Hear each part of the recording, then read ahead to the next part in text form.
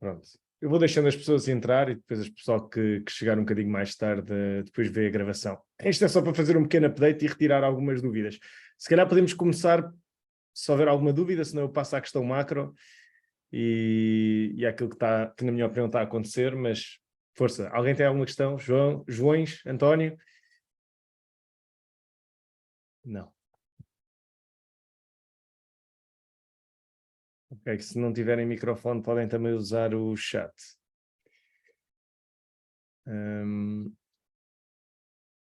Pronto. Então, não havendo questões,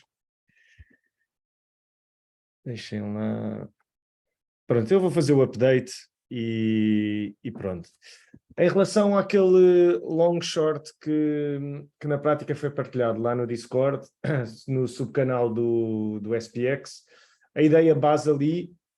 Epá, ainda estão a entrar pessoas. Eu devia ter aberto isto um bocadinho mais cedo, mas não percebi que tínhamos ali um erro na publicação.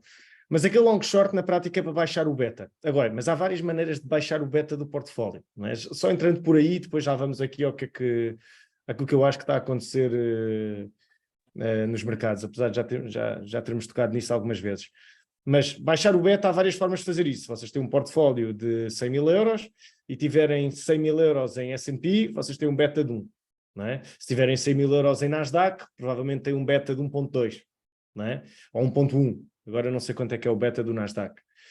Mas é superior a 1. Se tiverem só Megatech, já de ser muito superior a 1. Portanto, há várias formas de baixar o beta. Baixar o beta pode ser aumentar o cash e alocar a obrigações, por exemplo.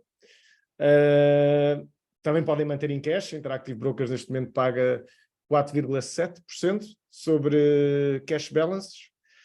Portanto, já é um valor substancial. O pessoal já tem que fazer algumas contas sobre os instrumentos que usa.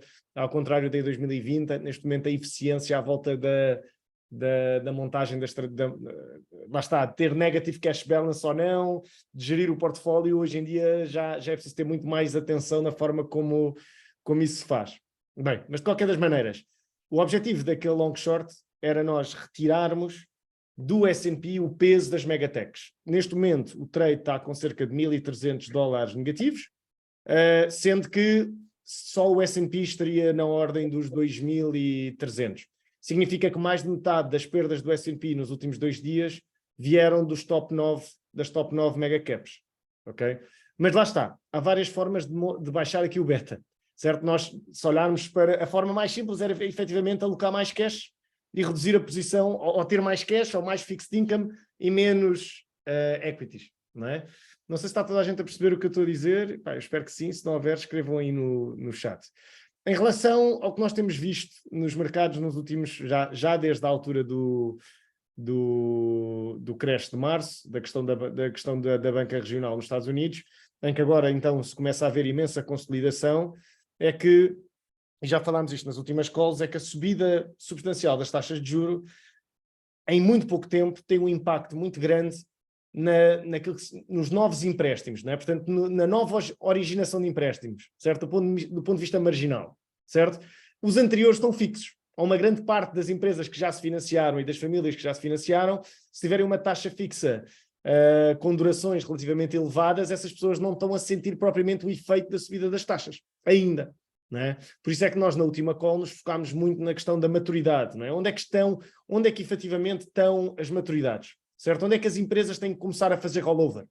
Dou-vos aqui 2 exemplos rápidos disto. Por exemplo, se formos olhar, por exemplo, para a Gilead tem cerca de 60% da maturidade das obrigações outstanding depois de 2027, mas tem uma já em 2023 de 2,7 bis, sobre a qual estava a pagar 1,6%. Ok? Se vão ter que fazer este rollover este ano, desta dívida este ano, provavelmente vai ser a risk-free mais o equity risk, mais um risk premium, certo? Portanto, se calhar a Gilead vai ter que se financiar a 7 ou 8%. Ok? Sobre um valor, neste caso 2,7 bis, mais ou menos 10% da dívida, do total debt da Gilead, portanto, tem um incremento substancial na taxa média, não é? Porque vão passar de 1,3 sobre 10% da dívida para quase 8%, não é? Portanto, imagino que seja esse o valor. Alguns no final deste ano deveremos ver a nova colocação, ou seja, colocação não é 6 dias, ou emissão de obrigações da Gilead. Por outro lado, tem aquela empresa que acho que foi o António que me chamou a atenção, da empresa que faz os Vans e esse tipo de sapatos, ok? VC Corp. E mandaram uma mensagem a dizer o que é que achas desta empresa. Esta empresa está com um price to earnings muito baixo, as vendas não acalmaram, o que é que está a passar aqui, não é? Mas se formos olhar um bocadinho para o 10K desta empresa, da VC Corp, chegamos à conclusão que têm cerca de 20% ou 15% da dívida a maturar já este ano. Não é? Não têm a maneira de levantar capital, porque o estoque está completamente depreciado. Certo? Portanto, eles vão ter que emitir a diluição de acionistas com o preço onde está, vai custar imenso dinheiro. Vamos lá ver, porque o mercado vê isto, não é? Se nós vemos que esta empresa tem uma grande parte da sua dívida a maturar nos próximos 2 anos, e se o enquadramento de mercado não muda rapidamente, não é?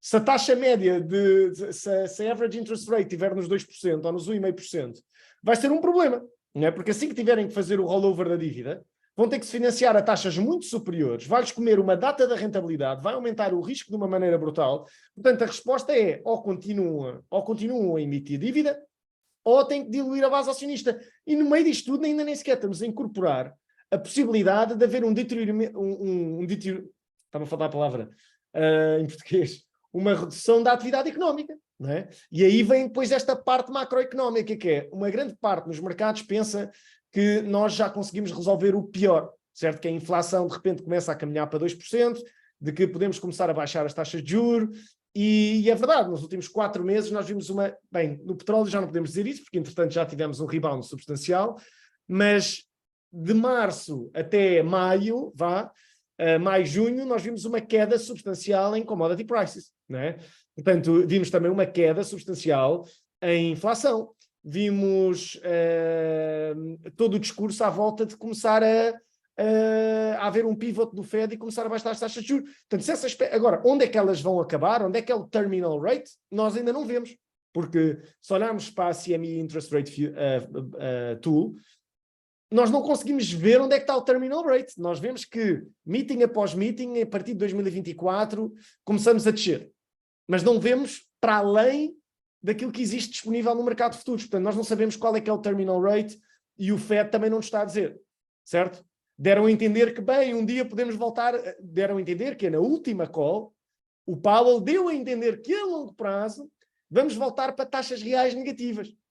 Ok? Portanto, na prática o que ele está a dizer é que é puxar as taxas outra vez para zero no futuro. Não é? Daí, eu acho que quando ele disse aquilo não pensou bem, ou acho que lhe saiu um bocado, tanto que ele depois tentou corrigir um bocadinho aquilo que estava a dizer, que é ok, mas só lá para 2027 para a frente é que nós vamos ponderar isso.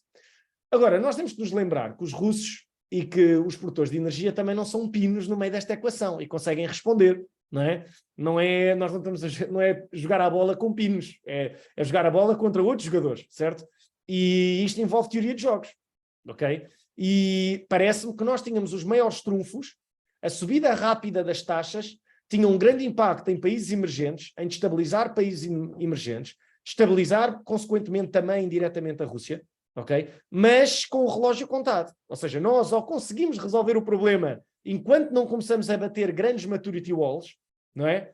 Ou começamos a ver a economia americana e europeia a abrandar significativamente. Mais a americana, porque a europeia, tendo em conta as dinâmicas da Alemanha e a interdependência com a energia russa, já se vê efetivamente uma desaceleração substancial. Agora, no caso dos Estados Unidos, eu acho que isso só se vai começar a ver agora, e é um bocado uma bomba relógio. Okay? Agora, se olharmos para o S&P no nível onde está, e se olharmos para T-bills, ou obrigações do Estado americano, a darem mais de 5%, não é? 4 a 5%, epá, ou se forem para box spreads buscar esse tipo de rentabilidades, será que faz sentido estar em equities? Bem, aí a resposta provavelmente está à volta daquilo que vocês pensam do que é que vai acontecer à inflação, o que é que vai acontecer às taxas, pá, e eu aí continuo a estar no mesmo clube onde tenho estado já há uns meses, ok? Sabem que março e abril acabámos por ver que o mercado não virava, em maio sugerimos, foi maio, fim de maio, sugeriu-se aquele long short, não é? E entretanto o grande run-up do euro, desde maio viemos de 1,07 a 1,12, não é? 1,08 a 1,12, que é uma subida substancial. Isto tem um impacto brutal em US Equities. Muitas destas empresas andam a falar efetivamente em FX tailwinds, só viram relatórios de contas este trimestre falou-se muito em FX Tailwinds. Mas eu acho que lá está, na vertente do FX já começámos a ver uma inversão outra vez, vê-se o preço da energia a começar a subir, portanto isso vai ter sempre um feedback loop em FX, não é? Portanto o dólar começa a ganhar força outra vez, o euro começa a desvalorizar, isto começa a ser negativo para as empresas americanas. Mais uma vez, muitas dessas empresas conseguiram fazer o hedging, ok? Pelo menos entre 6 a 1 ano. Portanto, isto são coisas que lá está, a partir de agora, vão começar a funcionar como uma bola de neve. Portanto, eu continuo a achar que é beta baixo, ok? Fixed income, defensivos. Quando falamos aqui nos defensivos, estamos a falar Coca-Colas, Gileads, Philip Morris, 3M, tem uma data de defensivos por aí, não é? O melhor é não ter risco idiosincráticos nos defensivos, porque o facto de haver um defensivo não significa que um desses estoques não tenha risco idiosincrático e acontece qualquer coisa e aquilo faz um depeg das outras defensivas todas, não é? Portanto, o ideal é ter um basket, não é? Mas pronto, para não dizer short, te digo, baixar o beta, ok? Porque lá está, aquele trade que vocês estão a ver, que eu dei o exemplo ali, não pode ser calculado, quer dizer, depende. Porque vocês, se alocarem em SPY, se vocês comprarem 100 ações do SPY, não é, gastam mais ou menos $45.000, certo? Se venderem short os weights de algumas das megatechs, que foi o exemplo que eu dei ali, vocês ficam com cerca de 3/4 investidos, ou 2/3. Okay? Portanto, passa de 44.000 para 30.000, certo? Tudo bem que isto hoje com fractional shares, isto até dá para fazer com 3.000. Ou com 1.500, não é? Portanto, hoje em dia com o fractional shares é relativamente simples de fazer este tipo de transações. Aconselho a usar sempre a IB, porque muitos outros brokers abusam no preço e na manutenção das short positions, das taxas de juro aplicadas a posições short. Portanto, a IB nesse caso é muito transparente. E vocês acabam por conseguir rentabilizar o outro terço a 4,5%, certo? Ou seja, quando eu vos estava a dizer, ok, o S&P standalone, desde que nós montámos aquela estratégia, estaria down cerca de 0,8%, mas com as short megatechs só está down 0,4%, okay? Portanto, metade das perdas do S&P estão alocadas ao 1/3 das megacaps. Logo aqui estamos a tentar retirar aquele efeito dos leverage flows das opções, né? Porque estas empresas estenderam-se imenso para cima, portanto temos uma data de calls in the money que vão começar a perder valor, a destruir valor e, consequentemente, a levar até os Vanna Charm flows negativos. Mas esse cash pode ser rentabilizado à taxa de juros de 4,5% na IB. Né? Portanto, a performance daquele long short tem que depois ser ajustado a uma taxa de juros associada ao cash que aquele short vos dá. Não é? Pronto. Tudo bem que interest on short proceeds calcula-se de uma forma diferente na IB. O que é que eu queria adicionar ainda em relação a isto?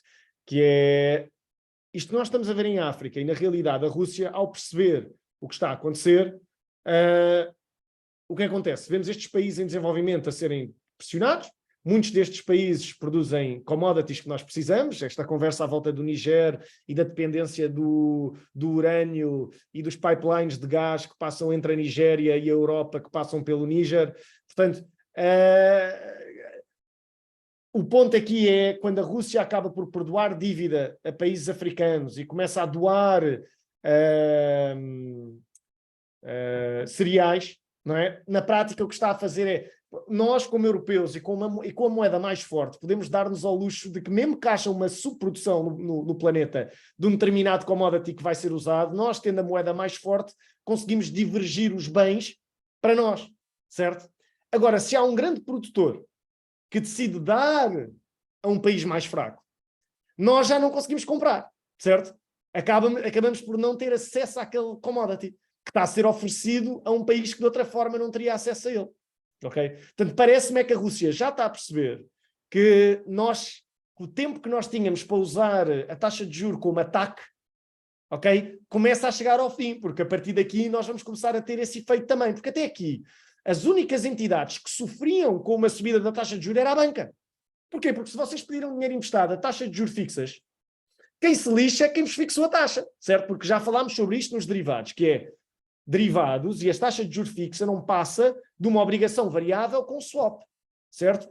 Os derivados não fazem com que o risco desapareça, transferem o risco. Portanto, o facto de vocês terem uma taxa fixa e pagarem uma taxa fixa e estarem bem, não significa que do outro lado desse trade não esteja alguém a pagar aquilo que vocês de outra forma estariam a pagar, certo?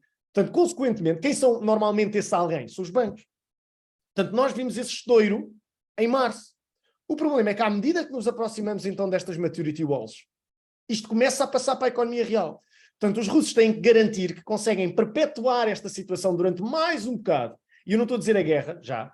Portanto, os russos provavelmente não estão interessados na guerra, mas estão interessados em criar estes remoinhos dos mercados em desenvolvimento, não é? Efetivamente para conseguir pressionar a Europa e os Estados Unidos. Okay? E, portanto, lá está, quando eu quero dizer que nós não estamos a jogar contra pinos, é isso, certo? Portanto, o ideal é não assumir que de um lado temos pinos e que já temos tudo sob controle, é aproveitar provavelmente este run-up para baixar betas, ok? É só isso. Está aqui uma questão do João Patrício e o João... eu acho que já falei de quase tudo. João, em relação à compra de bónus, ainda tenho algumas dúvidas em relação às maturidades a definir e se devo escolher e com cupom ou sem cupom. Consegue explicar? Sem cupom, estou a assumir que estás a dizer 0% cupom ou não? É que tu tens que olhar para a yield to maturity, não é? A forma, se é 0 cupom ou não, isso depois só tem implicações fiscais, não é? Porque se tens 0% de cupom, tu vais ver uma apreciação da obrigação para o par, não é? E depois quando efetivamente expirar ou venderes a obrigação, tu tens uma apreciação do ativo financeiro. Portanto, isso entra no anexo J, tanto com as ações como com a venda e compra de derivados, aquilo entra tudo no mesmo sítio. Se tiveres interest income já não entra dentro disso. Portanto, se comprares uma obrigação com cupom positivo, não é? ou com uma yield to maturity positiva e com pagamentos semestrais ou anuais, ou seja, que na prática o valor não vem da apreciação da obrigação, vem dos pagamentos de juros que são feitos, não é? Então aí tu já não consegues neutralizá-los com as ações. Okay? Agora, eu falei dos box spreads e eu continuo a dizer, eu acho que os box spreads fazem imenso sentido para conseguirem fazer uma espécie de tailor-made expiration que vocês precisam, não é? Mas sim, pá, lá está. Não sei se percebi bem a tua questão, João.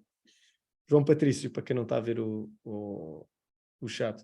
Mas pronto, há alguma questão sobre isto? Enquanto o João, se calhar, está aí a escrever o que é que... Ou partilha de opinião. Pedro Ralha.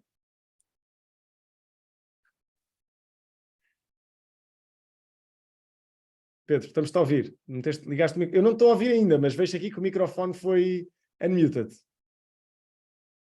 Eu é que não estou a ouvir nada. Alguém consegue? Eu não estou a ouvir nada, não sei se me estão a ouvir. Eu também não. Ok, estou a ouvir o João, isso é bom sinal. Pedro, o Vítor também tem o microfone unmuted, também se calhar queria dizer alguma coisa, mas realmente não. Ah, está sem micro. Ok. Ok. Então, há alguma questão? O relatório da AMD realmente foi um bocado catastrófico, principalmente em cima desta conversa toda do AI. Eu infelizmente só consegui ouvir o relatório mesmo no fim quando o mercado estava à beira de abrir, ok? O mercado estava quase a abrir, eu estava a ouvir o relatório, estava a ver o PDF e estava a ver, bem, mas estes números foram horríveis. Quer dizer, estava-se à espera que no fim dos números que a NVIDIA apresentou e do melhorar na confiança do consumidor e o facto de não teres visto o abrandamento substancial, não veres a AMD com números completamente horríveis. Né? Quer dizer, estamos a ver non-GAAP negativo, uma quebra significativa nas receitas, um aumento de inventários. Realmente não se estava à espera daquilo na AMD, principalmente no setor muito ligado à inteligência artificial. Okay? Estou curioso para ver agora das NVIDIA no próximo, não é na próxima semana, acho que é daqui a 2 semanas. Mas pronto, daí ter dito logo às 2h30, pessoal, eu acho que isto vai ser catastrófico. Ainda fui a tempo, mas realmente foi um movimento rápido para baixo. Outra coisa que eu, enquanto ver se o Pedro arranja microfone, é empresas como, por exemplo, a CBOE. Okay? A CBOE, a Euronext, eu não vou dizer Euronext, mas que eu não tenho a certeza se a Euronext tem ou não a Exchange Alemã de Derivados. Mas com esta brincadeira do AI, a importância dos dados das exchanges é cada vez maior. e nós vemos se vocês olharem para a venda de dados da CBOE, vocês veem um incremento da venda de dados que pode parecer não muito significativo, na ordem dos 9%, mas se somarem a isso, se retirarem equity data, ou seja, a venda de dados de equities, e olharem só para derivados, para o crescimento da venda de dados derivados, subiu quase 29%. Okay? Portanto, o crescimento associado à venda de dados de derivados é extremamente elevado. E lá está, isso vai muito em linha com a nossa expectativa de que realmente os flows começam a ter muito peso, sendo que nos últimos 3 meses pouco tiveram. Não significa que vemos de um lado a CBOE a vender cada vez mais, a ganhar cada vez mais dinheiro com a venda de dados. Eu acho que essa tendência vai continuar, principalmente com o desenvolvimento de modelos de inteligência artificial aplicado nas finanças. Portanto, estas grandes exchanges, principalmente a CBOE tendo uma grande parte do market share em várias exchanges, porque a CBOE está a entrar em cripto, derivados na Europa, derivados nos Estados Unidos, têm índices proprietários, o SPX e o VIX é só CBOE, okay? Aquilo é só deles. Portanto, os dados da CBOE são muito relevantes. Okay? Portanto, consequentemente, acho que uma grande parte daquela que era a conversa de crescimento da CBOE associada a um desenvolvimento do mercado europeu de derivados, que realmente é o caos, ok? E vê-se uma entrada da CBOE, e eu acho que a CBOE vai dar a volta a isto, portanto tinhas esse fator de crescimento, mas agora tens que considerar também a questão dos dados. Eu acho que o negócio da exchange, no limite, vai ser cada vez mais venda de dados, ok? Do que rebates, praticamente. Mas vamos ver, estou a escrever um artigo sobre isso e depois vou partilhar no site. Pedro, ok? Já estou a ver, já vi que andaste aí na praia, pá. Não, isto aqui é o Moreno de Trolha. Não, mas está aí no relógio, está aí a marca do relógio. Mas não, pá, é para saber a tua opinião. A minha opinião, eu só estou aqui para ouvir a tua. Está bem, mas eu estou curioso para ouvir a tua também. A minha opinião é que isto agora vai começar a descer, vamos ver. Mas lá está. O baixar o beta há várias formas de o fazer, não é? Eu já falei aqui várias vezes disso. Temos que nos lembrar que as obrigações estão quase nos 5%. Certo? Portanto, começaram a aparecer aí fundos que o que fazem é compram uma obrigação e com os 5% vão buscar equity risk. Ou seja, vocês na prática o que dizem, ok, vou em vez de estar em cash e não me pagarem nada, eu aplico isto em obrigações, recebo os 5%, ok? E agarro estes 5% e vou fazer um leverage trade com 5% noutro sítio qualquer. Se correr mal, no limite fica 0. Se as coisas continuarem a ir para o céu, tu alavancaste os 5% e podes ir buscar algum alfa ali, não é? Lá está. Acho que o ideal é baixar o beta e alocar o excesso ao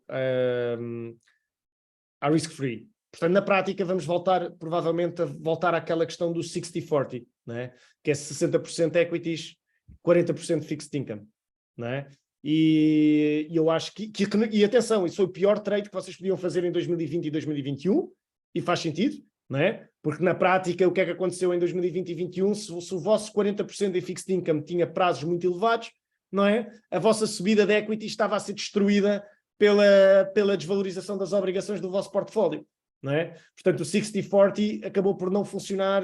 Por acaso, desculpem, ao contrário, em 22 foi o pior ano. Portanto, em 2020 e 2021 o que aconteceu foi que o 60-40 funcionou bem, porque o 60 disparou e os 40% em fixed income, que tinham yields relativamente elevadas em fim de 19, em que o FED estava a 3%, quando puxámos a 0 em 2020 e 2021, o valor destas obrigações disparou. E, portanto, um fundo de 60-40, 60% equities, 40% fixed, também teve grandes retornos em 2020 e 2021. Mas em 22, quando as taxas começaram a disparar e tu vês equities a cair 30% e vês fixed income, principalmente com long duration, a ter quebras substanciais, porque tiveste a maior subida nas taxas de juros em muito pouco tempo, não é? Aquilo que era o 60-40, que era suposto ser defensivo, acabou por ser um grande buraco, certo? Pronto, neste momento já começa a fazer todo sentido alocar a 60-40, não é? Outra vez. Há vários fundos que fazem isso, é uma questão de procurarem. Ou então fazem vocês. É isso. Pedro, queres dizer alguma coisa? Pá, ou... Nada. O que é que há a dizer? O que é que tens a dizer deste corte do rating da dívida dos Estados Unidos? Já falaste sobre isso, não? Ainda não falei sobre isso. Epá, é preciso algum catalisador, mas nós sabemos que na prática um corte do rating Pronto, tudo bem. Algumas pessoas falaram aqui no facto de alguns fundos não poderem ter, não poderem ter, haver limites naquilo que é o que é que os fundos podem ter em função do rating das obrigações ou da dívida, dos instrumentos que têm. Ok? Agora, vieram dizer uma coisa que nós já sabíamos, certo? Portanto, o facto de ter mudado o rating não mudou o outlook, certo? Portanto, não me parece que seja por isso que as coisas descamam. Pode ser uma espécie de faísca. E o mercado caiu 1,4 aqui. Mas não me parece que seja por causa disso, ok? Acho que é óbvio. Acho que vieram dizer algo que já era relativamente óbvio. E, portanto, aquilo que eu penso que vai acontecer aconteceria com ou sem rate cut. Não é? Em 2011 estavam aí a partilhar que em 2011 o S&P fez um downgrade à dívida americana e em resposta ao downgrade abriram uma investigação ao S&P e o CEO despediu-se e houve um 31, acho que isto às tantas é quase pior para a Fitch do que é para, neste caso a Fitch, do que é para os Estados Unidos. Mas lá está, faz parte da jogada. Quando tu queres valorizar o dólar, não é? Vamos lá ver, a subida das taxas de juro, não é? E o facto vamos só meter as peças aqui, a Yellen sabia que não podia financiar-se a muito longo prazo para não estourar com o sistema financeiro, certo? Tanto que foi uma das grandes críticas que fizeram à Janet Yellen em 2021, não é? Era de que ela não estava a emitir dívida americana com durations elevadas o suficiente, ok? Aliás, chegou-se a falar em emitir a 100 anos, a 50 e a 100 anos. Ok?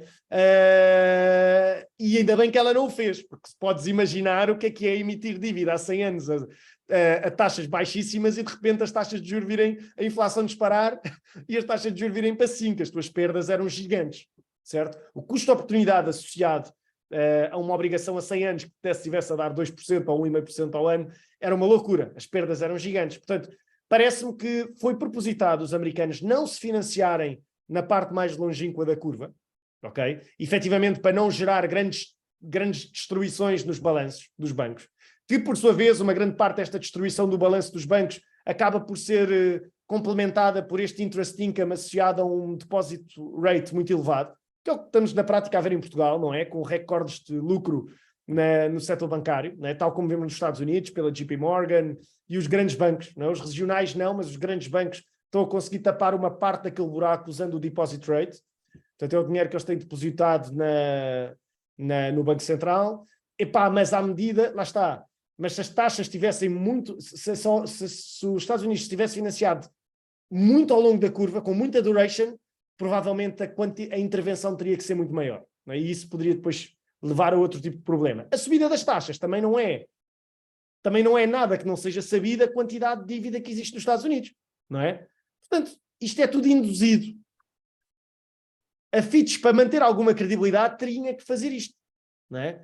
É tudo uma questão de credibilidade. Tu não podes ter uma ratings agency sem fazer uma alteração do rating, não é? Por uma questão de credibilidade, tinha que o fazer. Portanto, não veio dizer nada que nós já não soubéssemos. Agora, a tendência, na minha opinião, continua a reforçar a ideia de que temos que baixar o beta.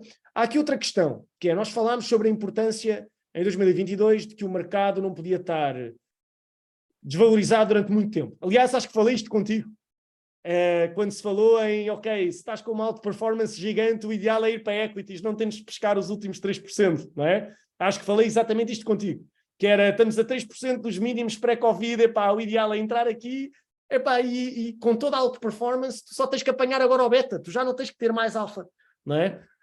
Mas na altura a ideia era de que, e as taxas em meio de 2022, outubro de 2022 não estavam onde estão agora, era de que, epá, os fundos de pensões estão investidos em muitos destas equities e o mercado americano não pode estar em baixo indefinidamente. Tu tens que continuar a bater novos máximos, porque a tua estrutura social, em que tu tens uma pirâmide, por exemplo, em Portugal temos uma pirâmide etária invertida, não é? Em que tu tens que começar a pagar reformas, não é? Tu precisas de equity markets a subir ou de taxas de juros superiores a 4%. Portanto, isso era algo que não era verdade na altura, que era, enquanto não tivesse as taxas de juros alto o suficiente para sustentar os fundos de pensões, tu tinhas que garantir que equity markets iam continuar a subir. Ou teriam que subir. Só que neste momento, tu tens interest e tens fixed income nos 4, 5, 6, 7, depende de onde é que queres procurar. Não é? Se quiseres ir para corporate bonds, vais começar a ver 7%, 8% em dólares. Não é? Se acharmos que o dólar vai valorizar ainda em cima disso, melhor ainda, quer dizer, significa que podemos ir buscar corporate bonds, ir buscar isso e ainda ir buscar a apreciação do euro. Okay? Portanto, é isso. Portanto, nós já não precisamos de equity markets a continuar a bater máximos, pelo menos momentaneamente, porque temos fixed income a dar taxas relativamente altas e superiores e já estamos com uma taxa real positiva. Portanto, não parece que haja uma urgência para os mercados continuarem a bater máximos agora, não é? Do ponto de vista institucional. Portanto, lá está, mais um argumento que vai em favor de uma pausa e de um beta mais baixo. Ok? Agora, como baixar o beta? Lá está, eu dei aquele exemplo no canal, não é para o pessoal seguir aquilo cegamente, aquilo continua a ser beta positivo. Não é? O que aquele trade na prática te está a mostrar é, ok, se houver uma quebra overall nos mercados, aqueles que têm betas mais altos, principalmente porque aquilo que tem beta mais alto normalmente são os megatechs e beneficiam muito dos flows, não é? Vão tender também se calhar a ajustar essa correção. E consequentemente nós acabamos por ter o S&P, menos a franja pode não interessar. Não é? É só isso. Agora, existe algum risco associado a uma divergência nessa performance, não é? Porque na eventualidade de uma deterioração da atividade económica nos Estados Unidos, provavelmente as megatechs até acabam por ser aquelas que vão ser mais resilientes, mas a valuation vai ter que também mostrar um bocado disso, não é? Portanto, se alguém quiser realmente não inventar, é baixar o beta e reduzir a alocação a equities. Aumentar ou equities com beta alto, ir a defensivos, ou aumentar fixed income. E pá, e hoje em dia fixed income é o quê? É possível literalmente estacionar o dinheiro a 15 dias, 20 dias, em Portugal a 3 meses com certificados da Forro, mas quer dizer, box spreads, obrigações, tem tantas alternativas na IB, T-bills, os mínimos de investimento são relativamente baixos, ok? Vocês podem comprar 1.000 ou 2.000 euros em T-bills na IB, quer dizer, eu acho que o mínimo é 1.000, se formos só olhar para box spreads também é capaz de ser menos. Portanto, lá está. Só uma coisa boa hoje em dia é que realmente o fractional shares veio trazer outra mobilidade ao investidor de retalho.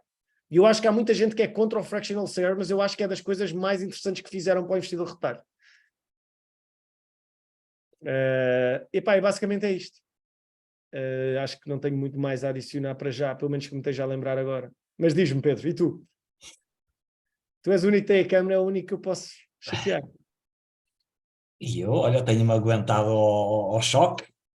Pois, mas lá está.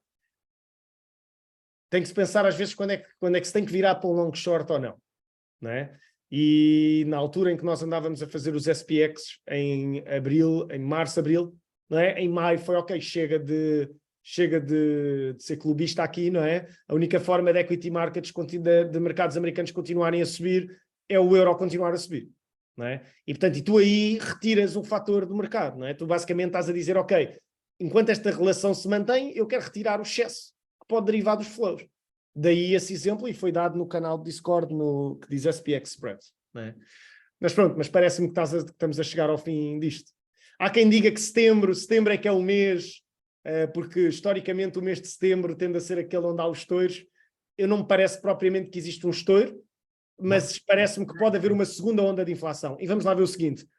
Esta onda de inflação pode ser muito mais permanente do que a anterior. Porquê?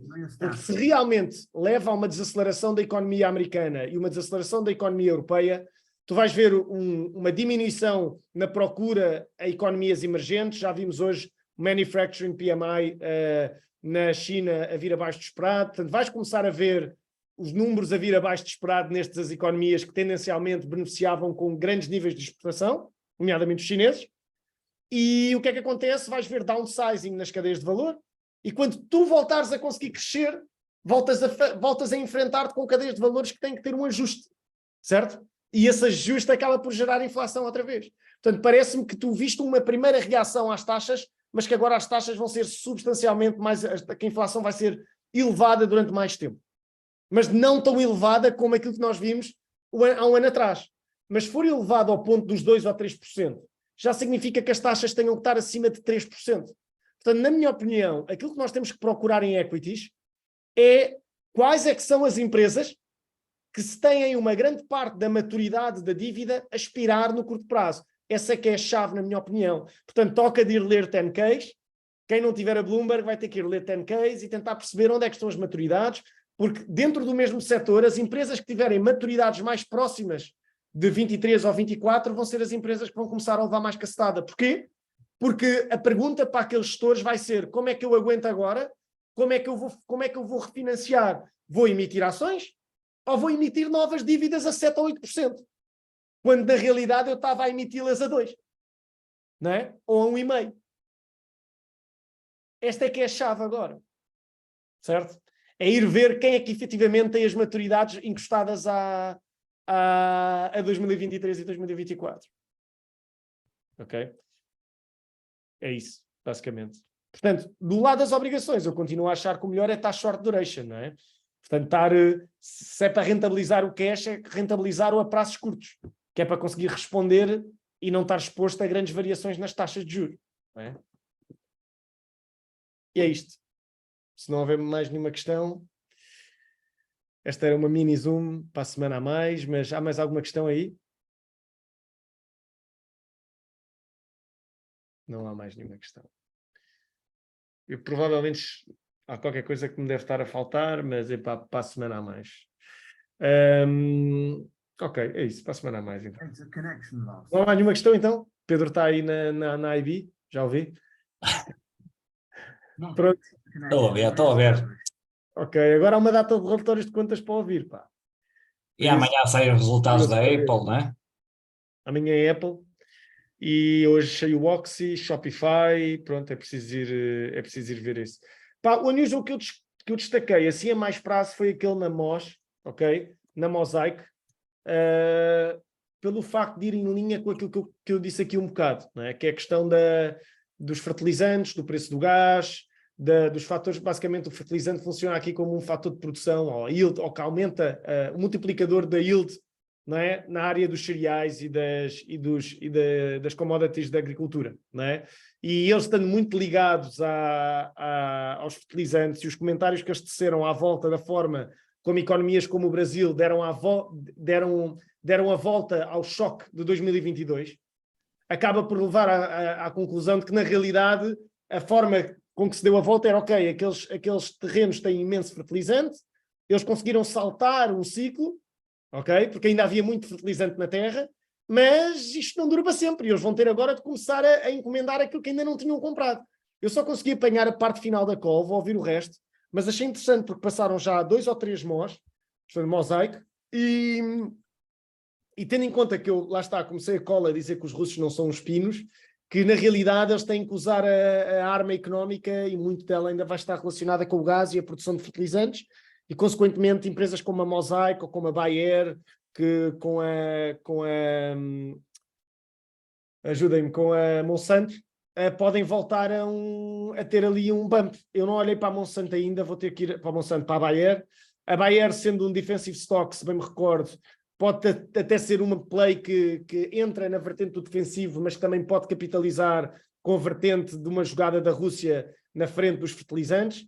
E, portanto, é algo que eu ainda tenho que estudar, mas em termos de unusuals, essa MOS achei particularmente interessante porque vai em linha com a questão macro. Okay? Depois há outros interessantes, mas isso estão lá como highlights. Eu depois posso partilhar a lista dos highlights com vocês. E é isso. Pronto, alguma questão? Ok, então hoje falamos de expectativas macro, falámos na questão das exchanges e da utilização de inteligência artificial, baixar o beta, como baixar o beta.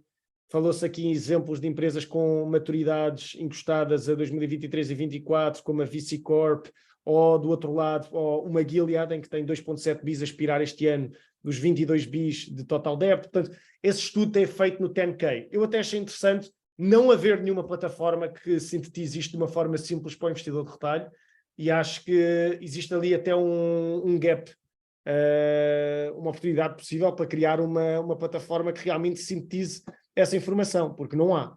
Para além da Bloomberg ou da Acon, mas a maior parte do investidor de retalho não tem capacidade para subscrever nem a Bloomberg, nem a Thomson, nem a Econ, não é? Da Reuters. Mas pronto, pá, para a semana a mais, provavelmente com muito mais informação. Isto era só para partilhar a minha opinião rápida sobre, e também para clarificar aquele long short.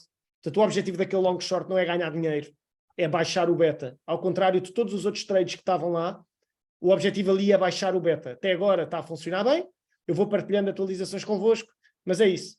O foco continua a ser baixar beta. Pronto. Sempre que vemos notícias muito negativas, tipo hoje, e tal, Fitch baixa o rating e o mercado desce 1,5. Vocês sabem o que é que toda a gente vai fazer, não sabem?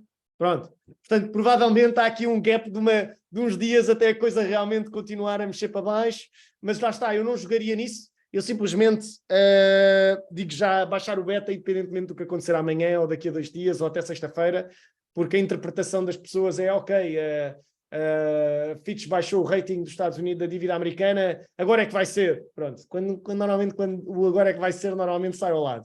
Portanto, eu aí diria, ok, no limite, já que o IV está muito baixo, usem o agora é que vai ser, mas façam o edging da vossa posição a 3 dias, para quem está short. Para quem não está short, é só baixar o beta. Ok? É só isto. E é isso. Pronto. Para a frente é o caminho, como se costuma dizer. Pedro. A semana cá estamos. É A isso. ver. A semana cá estamos. Pronto. Ok, obrigado a todos, pessoal. Eu vou Boa partilhar noite, boa noite. lá no site. Pronto, boa noite a todos. Boa noite.